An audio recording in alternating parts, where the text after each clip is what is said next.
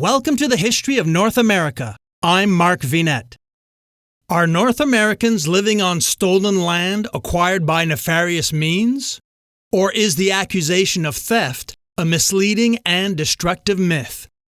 Here are two historians who share what they see as the truth about land ownership in the New World. If you attended college, this is what you were likely taught. America was founded through acts of genocide, accompanied by larceny on the grandest scale. Columbus and the Europeans who followed him sailed to the New World with the intention of exploiting whomever they found, and, if necessary, enslaving or exterminating them. Soon afterwards, they began importing black bodies from Africa. They then built the world's richest country out of a combination of slave labor, stolen land, and environmental destruction. Did I miss anything? As an historian, I can assure you this view is inaccurate in most particulars. But getting the story wrong is only part of the problem. The bigger problem is this.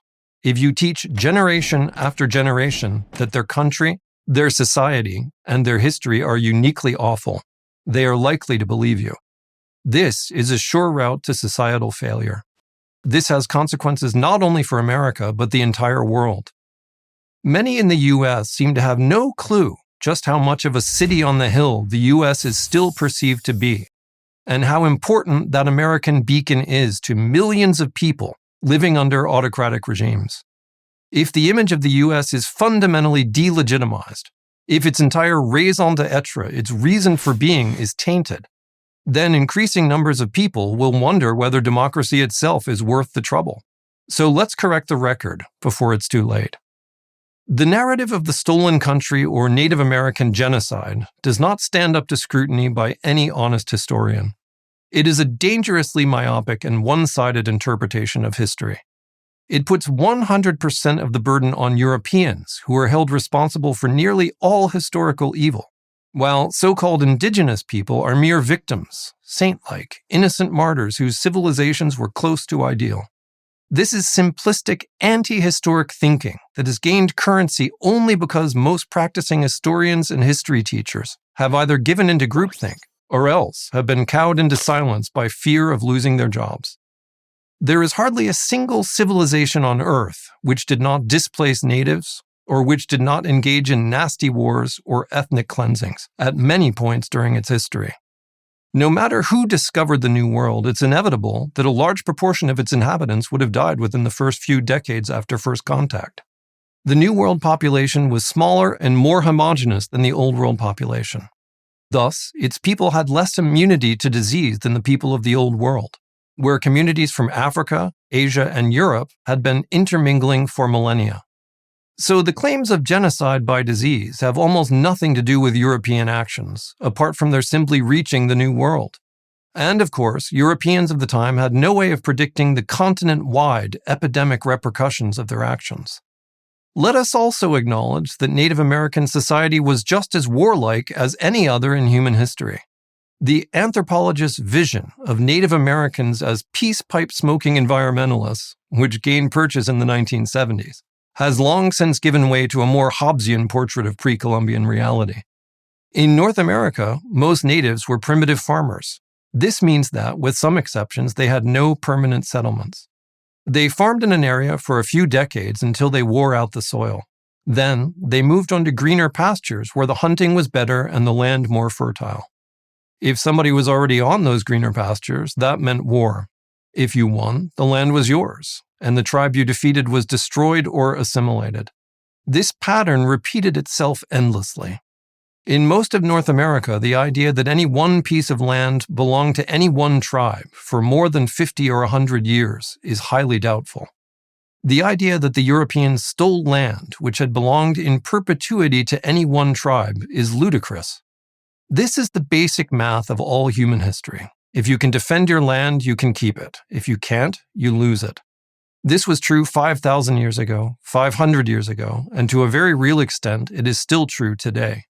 In almost every case, conquest happened without remorse. Caesar didn't agonize over his conquest of Gaul. What is unique is that in conquering North America, some Europeans expressed moral qualms about what they were doing. This was true from the very beginning. The priest Bartolomé de las Casas wrote an eloquent plea to the monarchs of Spain as early as the 1540s, chronicling in detail how wanton adventurers had exploited natives against the express will of the Spanish crown. The priest's concerns were picked up by countless others over the centuries and continue to this day. Yes, it was Western Europeans who made an issue of human rights, which is why we debate the morality of conquest in the first place. But who wants to talk about that? This idea that indigenous people were peaceful, pacifistic, one with nature. So they romanticize this, and that's what happens when cultures collide. There was a lot of tragedy. This is not quite what everybody says. There's reservations. There was a lot of tragedy, and that's what happens, isn't there, when cultures collide? And I'm not just talking about so-called Europeans and indigenous peoples of North America, because the Lakota Sioux didn't exist in a vacuum, did they? They fought the Cree, they fought the Pawnee, they fought the Kiowa. And I say fought, they didn't just do flower wars like the Aztecs, but they fought wars of extermination. And to romanticize that is crazy. So they were very warlike, they were Spartan-like, and their creed was to defeat the enemy and take prisoners and slaves and women and get more hunting ground. And that's what happened. And then they met a tribe they couldn't defeat, which was called the Europeans. But this idea that indigenous people were peaceful, pacifistic, one with nature, nobody's ever tried to camp out in the Sierras for a week. That's not what it's like, believe me. So they romanticize this. When I go to these university people and these academics, I know they have a lot of power, and there's been a lot of DNA suggestions that indigenous people, when the Bering Strait land from Asia, there's a lot of suggestions that that's indigenous people have Asian DNA. When Europeans came here on titles of books like The Conquest of Paradise, it wasn't necessarily paradise.